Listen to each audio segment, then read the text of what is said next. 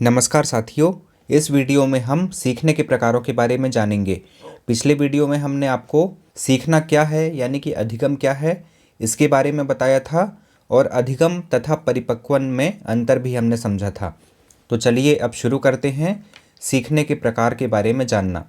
यहाँ पर लिखा है, अलग अलग शिक्षा मनोवैज्ञानिकों ने अधिगम के प्रकारों को विभिन्न तरह से व्यक्त किया है। यहाँ हम निम्नांकित दो मनोवैज्ञानिकों द्वारा प्रतिपादित अधिगम के प्रकारों का विवेचन करेंगे। यानी कि यहाँ पर जो मनोवैज्ञानिकों के नाम लिखे हैं, ऊसुबेल तथा गेगनी, इनके द्वारा प्रतिपादित जो सीखने के प्रकार हैं उनकी हम चर्चा करेंगे, क्योंकि यही दो मनोवैज्ञानिक हैं जिनका वर्गीकरण महत्वपूर्ण है। हम समझते हैं सबसे पहले ऊसुबेल ने जो वर्गीकरण किया था उनके बारे में। ऊसुबेल ने जो वर्गीकरण किया था वह 1968 में उन्होंने किया था। इन्होंने अधिगम यानी कि सीखने के 4 प्रकारों का वर्णन किया था। पहला है अभिग्रहण अधिगम, जिसको रिसेप्शन लर्निंग कहते हैं। दूसरा है रटकर अधिगम यानी कि रोट लर्निंग, जिसको कहते हैं अंग्रेजी में। तीसरा है अर्थपूर्ण अधिगम, जिसको मीनिंगफुल लर्निंग कहते हैं। और चौथा है अन्वेषण अधिगम, जिसको डिस्कवरी लर्निंग कहते हैं।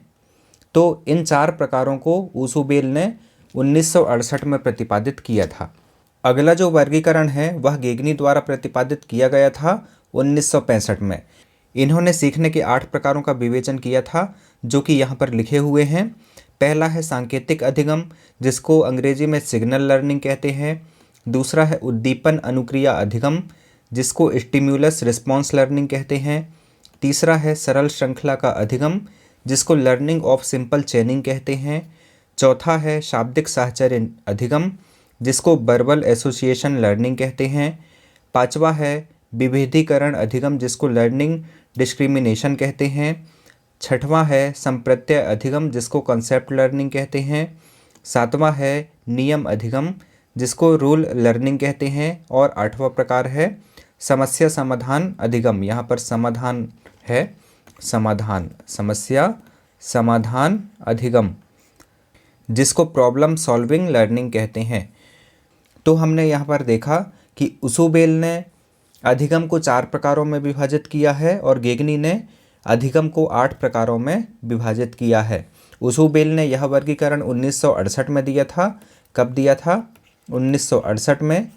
और गेगनी ने यह वर्गीकरण 1965 में दिया था। आपको याद रखना है। हम इस वीडियो में ऊसुबेल के वर्गीकरण को विस्तार से जानेंगे और गेगनी के वर्गीकरण को हम अगले वीडियो में देखेंगे। तो चलिए समझते हैं ऊसुबेल के वर्गीकरण को। ऊसुबेल ने अधिगम के प्रकारों के अंतर्गत जो पहला वर्गीकरण किया था वह है अभिग्रहण अधिगम। यहाँ पर लिखा हुआ है, इसको अंग्रेजी में रिसेप्शन लर्निंग कहते हैं। इसको हम विस्तार से जानते हैं। यहाँ पर लिखा हुआ है, सीखने की इस प्रणाली में, यानी कि कौन सी प्रणाली में? अभिग्रहण अधिगम में अधिगमकर्ता यानी कि सीखने वाले को, जो सीखने वाला होता है, अधिगम करने वाला होता है, वह अधिगमकर्ता कहलाता है। तो अधिगमकर्ता को अधिगम सामग्री यानी कि सीखने वाली सामग्री, यहाँ पर लिखा है सीखी जाने वाली सामग्री, बोलकर या लिखकर दे दी जाती है। कैसे दे दी जाती है? जो सीखने वाला होता है उसको अधिगम सामग्री यानी कि सिखाने वाली सामग्री बोलकर या लिखकर उसको दे दी जाती है। और सीखने वाला यानी कि अधिगमकर्ता इस सामग्री को अपने मस्तिष्क यानी कि ब्रेन में धारण कर लेता है।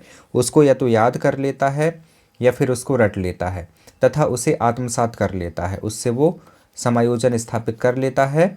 सीखने की यह क्रिया रटकर भी हो सकती है और समझकर भी हो सकती है। आपको याद रखना है कि सीखने की यह क्रिया यानी कि अभिग्रहण अधिगम रटकर अथवा समझकर हो सकता है। यहाँ लिखा भी है कि सीखने की यह क्रिया यानी कि अभिग्रहण अधिगम की प्रक्रिया जो है रटकर या समझकर हो सकती है।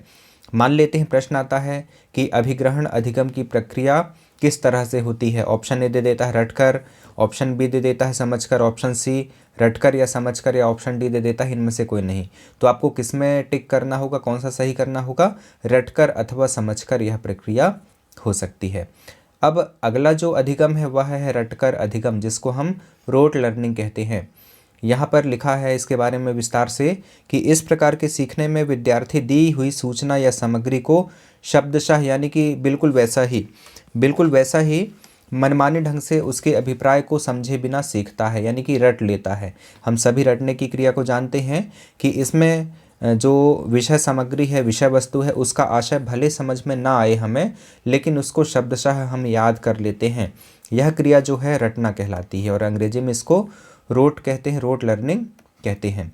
अगला जो है अर्थपूर्ण अधिगम, जिसको हम मीनिंगफुल लर्निंग अंग्रेजी में कहते हैं, इसको हम हाईलाइट कर देते हैं। अर्थपूर्ण अधिगम जिसको मीनिंगफुल लर्निंग कहते हैं। ऊसुबेल के अनुसार इस तरह का सीखना शिक्षा के लिए विशेष महत्व रखता है। यह जो अर्थपूर्ण अधिगम है यह सर्वाधिक महत्वपूर्ण है विद्यालयों में अधिगम के लिए। अर्थपूर्ण सीखना, ऊसुबेल के अनुसार इस तरह का सीखना शिक्षा के लिए विशेष महत्व रखता है। अर्थपूर्ण सीखना वैसे सीखने को कहा जाता है जिसमें सीखी जाने वाली सामग्री के मूल तत्व एवं अवधारणा को एक व्यवस्थित रूप से निश्चित नियम के अनुसार उसका पूर्व ज्ञान से संबंध जोड़ते हुए उसे सीखा जा सकता है। यहाँ पर कुछ बातें सामने आ रही हैं।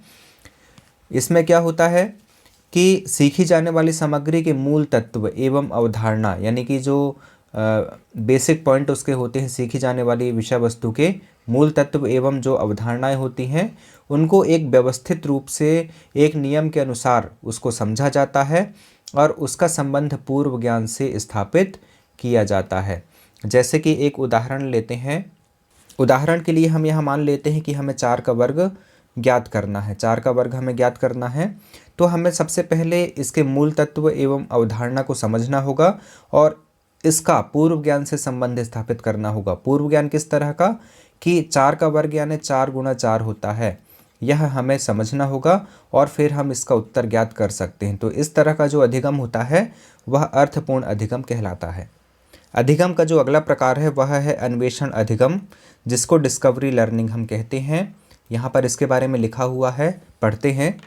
सीखने के इस प्रकार के अंतर्गत सीखने वाला कोई नई खोज करके या तथ्यों को व्यवस्थित करके, इसमें 2 चीज़ें हैं, या तो नई खोज करके या तथ्यों को व्यवस्थित करके सीखता है। कैसे सीखता है? या तो नई खोज की जाती है इसमें या फिर तथ्यों को व्यवस्थित किया जाता है, आंकड़ों को, जो सूचनाएं हैं उनको व्यवस्थित किया जाता है।